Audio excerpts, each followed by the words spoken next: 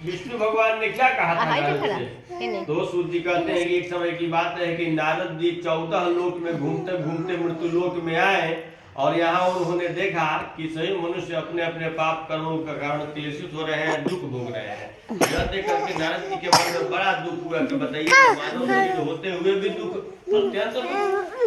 तब नारद जी ने मन में विचार किया कि लोगों का कष्ट कैसे दूर हो, मनुष्य जो है पृथ्वी पर उनका कष्ट कैसे दूर होगा, यह सोच करके नारद जी विष्णु लोक में चले गए। और विष्णु लोक में जिनके 4 भुजाएं हैं, शंख चक्र गदा और पद्म को धारण करते हैं, देवेश नारायण है, उनको देख करके नारद जी ने कहा कि ये भगवान आप वचन से न कहने योग्य न धारण करने योग्य अनंत शक्ति युक्त है, निर्गुणात्मक है। ये भगवान आप परमेश्वर है, परमात्मा है, सामर्थ्यवान है, सर्वज्ञ है, बहुत प्रकार की प्रशंसा हुई। तब विष्णु ने कहा, भगवान विष्णु ने कि हे नारद तुम्हारे मन में क्या है, हमसे जो पूछोगे वह।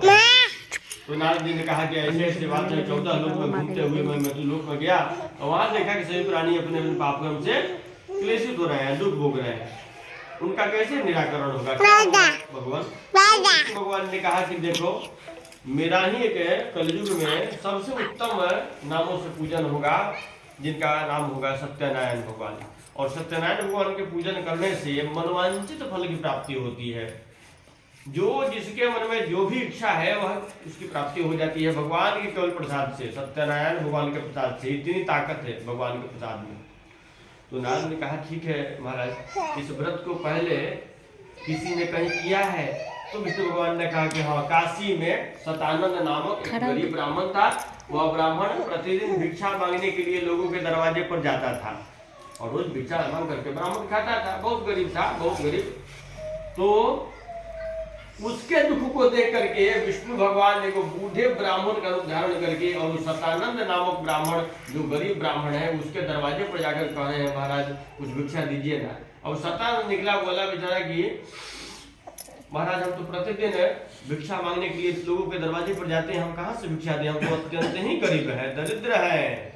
तो बूढ़े ब्राह्मण को सत्यनारायण भगवान ने कहा कि देखो सतानंद, तुम तो ब्राह्मण हो, वैसे भी कर्म धर्म से रहने पर ब्राह्मण को कोई दिक्कत होता नहीं है, कैसे ब्राह्मण हो के दरिद्र हो भाई, ऐसा करो कि कुछ देवताओं का पूजन करो। तो सतानंद ने कहा कि नहीं महाराज हमारे पास कोई सामर्थ्य नहीं है, मैं तो खा लेता हूँ वही बहुत। तो सत्यनारायण के बूढ़े ब्राह्मण ने कहा कि देखो एक बार कम से कम भीखे मांग करके सत्यनारायण भगवान का व्रत करो, सत्यनारायण भगवान विष्णु भगवान का बहुत उत्तम पूजा है। तो सतानंद ने कहा कि नहीं नहीं, हम तो अपने इतना सब मांगने से थोड़ा कुछ होगा, वो तो दरिद्र है, अत्यंत दरिद्र है, कहाँ से कथा पूजा कराएंगे, पेट चल जाता है वही बहुत है। तो भगवान ने कहा कि केवल संकल्प करो, केवल संकल्प करो, कहो अभी कि हम कल भगवान का पूजन करेंगे, बाकी करा लेंगे, तुमको कहता कुछ नहीं है। और वो बोले कि केवल संकल्प करोगे भगवान का कथा होगा मेरे यहाँ, भीखे मांग के होगा, लेकिन होगा, मिले चाहे मत मिले खाली कह दो। अब इसी तरह से संकल्प किया सतानंद ने कि हाँ ठीक है महाराज आपके कहने पर कल भिक्षा मांगने में जो द्रव्य प्राप्त हो जाएगी उसी समय भगवान का पूजन। और संकल्प कर लिया, संकल्प करके अगले रोज जब उठा तो सुबह सुबह जल्दी उठ के अपन प्रणाम नहा धोवा के चला भिक्षा मांगने के लिए कि भाई आज तो कुछ हो जाएगा, भगवान की कृपा, तो कथा भी तो बढ़ना है। अब गया तो भगवान की कृपा हो गई, 7 दिन से ज्यादा द्रव्य की प्राप्ति हो गई। और सतानंद प्रसन्न होकर के आकर के अपने घर में बंधु बांधव को बुला करके भगवान का पूजन करने लगे। और पहले महीना पूजन करते थे, इसके बाद 15 दिन पर करने लगे, इसके बाद प्रतिदिन करने लगे। उनको लगने लगा कि भगवान का पूजन करने से हमारे यहाँ समृद्धि बढ़ रही है, मैं समृद्ध हो रहा हूँ। तो उनको विश्वास हो गई, प्रतिदिन भगवान का पूजन करने लगे सतानंद। सूत जी कहते हैं, मैं और भी कथा कहता हूँ, सुनिए कि तीसरे स्कंद पुराण दिवाकर श्री सत्यनारायण कथा 2 अध्याय।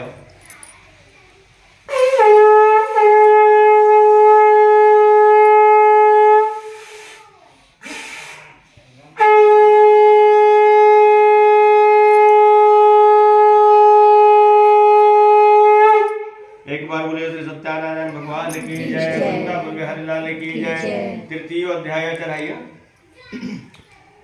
3 अध्याय। तब सूत जी कहते हैं कि अब वही सतानंद जब प्रतिदिन अपने घर में भगवान का पूजन करने लगा, उसको ये भरोसा हो गया कि नहीं सत्यनारायण भगवान के पूजन करने से हम बलशाली हो रहे हैं, समृद्ध हो रहे हैं, ताकतवर हो रहे हैं, तो भगवान का पूजन करने लगा प्रतिदिन सतानंद।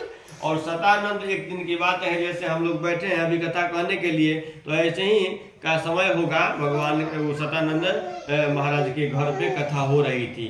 तो ऐसे ही कथा हो रही थी, उसी समय एक लकड़हारा अपने लकड़ी के गट्ठर को माथे पर रख करके और उसी रास्ते से जा रहा था।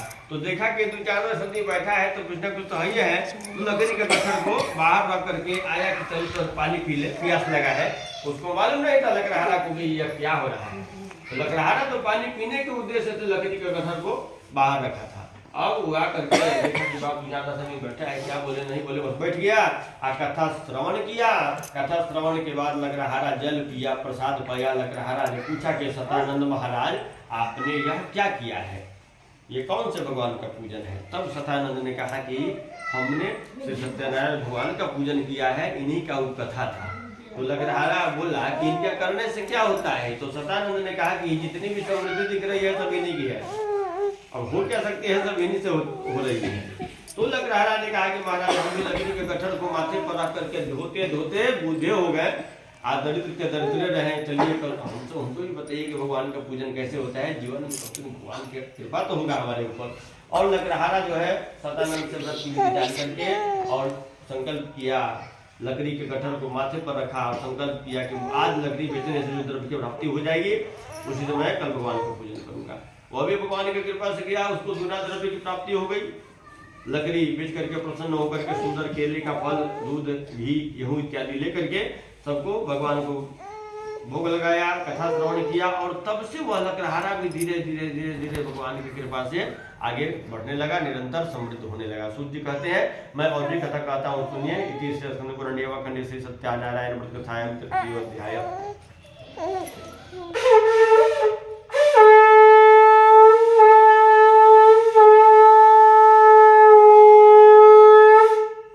एक बार बोलिए श्री सत्यनारायण भगवान की जय, वृंदावन बिहारी लाल की जय। चतुर्थो अध्याय। एक समय की बात है कि एक उल्कामुख नाम के राजा थे, उनकी पत्नी जो है भद्रशिला नदी के तट पर जाकर के और विष्णु भगवान के मंदिर में सत्यनारायण भगवान का पूजन हो रहा है। कौन? तो राजा उल्कामुख। उल्कामुख नाम का जो राजा है उसका कोई संतान नहीं है, बहुत बड़ा राजा है, ताकतवर राजा है और उसका कोई संतान नहीं है। तो उल्कामुख नाम के जो राजा है उनके पास एक कोई साधु फकीर कोई पहुंचा होगा, तो उसने कहा होगा वो राजा से कि राजा जाकर के विष्णु भगवान के मंदिर में रोज सत्यनारायण भगवान का कथा कहेंगे तो आपके यहाँ संतान की प्राप्ति हो जाएगी। तो राजा को किसी ने बताया होगा, तो राजा उस आधार पर अपने पत्नी को लेकर के राजा और भद्रशिला नदी के तट पर जो भगवान विष्णु का मंदिर है उसमें सत्यनारायण भगवान का पूजन कर रहे हैं। तो जब पूजन हो रही थी उसी समय, तो पहले के समय में जल मार्ग से यात्रा होती थी, पहले सड़क नहीं था, तो उसी जल मार्ग से बनिया एक नाव धन लेकर के उसी भद्रशिला नदी के छोर से जा रहा था, तट से जा रहा था। तो देखा कि प्रातः काल का समय है, नित्य क्रिया कर लेते हैं, सामने एक मंदिर है विष्णु भगवान का, तो थोड़ा दर्शन भी कर लेंगे। और वह बनिया जो है नाव को तट पर लगा करके स्नान करके गया मंदिर में, वहां गया विष्णु भगवान के मंदिर में, और वहां पे राजा और रानी दोनों बैठ करके भगवान का पूजन कर रहे थे। बनिया गया, अपना प्रणाम करके बैठ गया। जब राजा कथा समाप्त कर लिए, प्रसाद देने लगे, तो बनिया ने कहा कि महाराज आप यह क्या करते हैं। तो महाराज ने कहा, उस राजा ने कहा कि क्या कहें सेठ जी, किसी ने बताया है कि भगवान की कथा करने से, पूजन करने से संतान की प्राप्ति हो जाएगी। मेरे तो कोई संतान है नहीं, इसलिए मैं भगवान का पूजन करता हूँ। तो सेठ जी ने कहा, उस बनिया ने कहा कि महाराज यही समस्या हमारी भी है, मैं भी बहुत बड़ा सेठ हूँ लेकिन कोई संतान नहीं है। ऐसा कीजिए ना कि ये व्रत हम, आप तो करियर है, हमको भी बता दीजिए, हम भी करेंगे, करने की कोई संतान नहीं है। व्रत की विधि जान करके बनिया प्रसाद पा करके और अपने नगर की ओर चल दिया। आपने नगर की ओर घर जाकर के पत्नी से बोला, आ रहे थे रास्ते में तो एक संतान व्रत के विषय में सुना है, सत्यनारायण भगवान की कथा करने से संतान की प्राप्ति होती है घर में।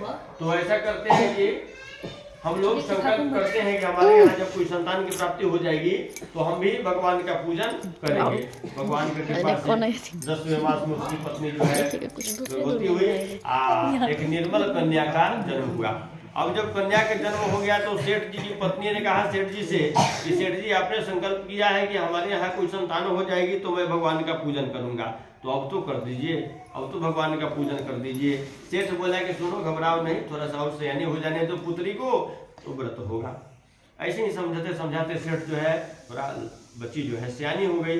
तो जब 10 वर्ष की हो गई कन्या तो उसकी माँ ने कहा, मैंने सेठ की पत्नी ने कहा कि आपसे बार बार कहने पर भी आप भगवान का कथा नहीं कराते हैं, क्या दिक्कत है? तो सेठ बोला कि देखो अब ज़्यादा समझाओ नहीं, और अब इसके शादी के समय, विवाह के समय इस सत्यनारायण भगवान की कथा को हम करेंगे। हाँ, तो शुरू मैंने जन्म से लेकर के वहाँ तक चालते ही गया है। तब भगवान ने कहा कि ठीक है, अब तेरे ऊपर बड़ा भारी दुख होगा, बड़ा दारुण दुख होगा, दारुण दुख लिखा है। और भगवान की कृपा से पुत्री का ही विवाह कर दिया और विवाह के समय भी व्रत करना भूल गया। अब भगवान क्रोधित हो पूरी तरह से, और दामाद को लेकर के ये सेठ जो है चला गया व्यापार करने के लिए रत्नासार नगर में। रत्नासार नगर में वहां जा रहा है, भगवान तो क्रोधित है, ये है रत्नासार नगर में जा रहा है। तो रत्नासार नगर के जो राजा हैं चंद्रकेतु, तो चंद्रकेतु राजा के राज्य खजाने से कुछ चोर लोग धन लेकर के भाग रहे हैं। किस रास्ते से में आ रहे हैं? तो जिस रास्ते में ये दामाद और बनिया जा रहे हैं, इसी रास्ते में चोर भी आ रहे हैं, राजा के राज खजाने से धन चुरा करके। और राजा के सैनिक जो है उन चोरों के पीछे लगे हुए हैं पकड़ने के लिए। चोर डर के मारे राजा का धन जो है दामाद और बनिया के पास रख करके चले गए चोर। और राजा के सैनिक आकर के देखे कि बनिया और दामाद दोनों चोर हैं, राजा का धन इन्हीं के पास है, इनको पकड़ करके बांध करके ले जाकर के राजा को दिखाए तो महाराज दो चोर पकड़ के लाए हैं। राजा ने और विचार से आज्ञा दे दी, भगवान की कृपा नहीं होगा तो विचार नहीं होगा आपकी बातों पर, विचार तभी होगा जब भगवान का कृपा होगा। तो राजा ने और विचार से आज्ञा दे दी, इसलिए कि भगवान जो है क्रोधित थे, जब भगवान क्रोधित हो जाएंगे तो लोग आपकी बातों को विचार नहीं करेंगे। राजा ने और विचार से आज्ञा दे दी, फिर तो दूतों ने खूब बांध करके बंदी खाने में डाल दिया। पुराने